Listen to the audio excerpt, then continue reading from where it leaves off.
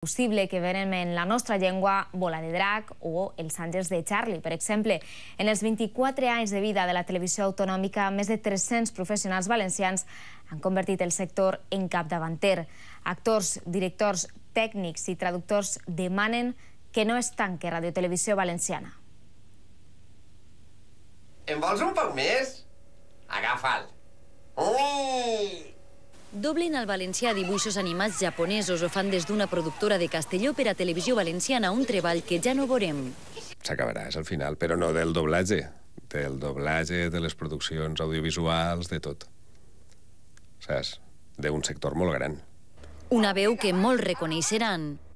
Si vols descobrir la bola de drac, has de ser intrèpid i amb nosaltres viatjar. Les empreses de doblatge vivien gràcies a la nostra televisió autonòmica que paguem tots els valencians i que se dobla en valencià per a que els nostres xiquets i per a que les nostres famílies vegin produccions en valencià, que és la nostra llengua.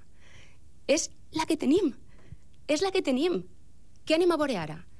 Actors i actrius valencians que des de fa 24 anys impulsen el sector del doblatge i de l'audiovisual juntament amb la televisió pública a la comunitat.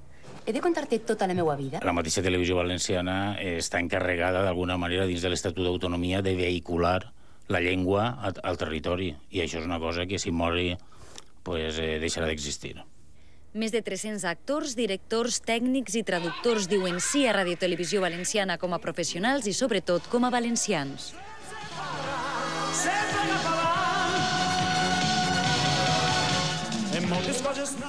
Deixem així de moment el repàs a l'actualitat. Tornem de seguida amb totes les notícies. Fins ara.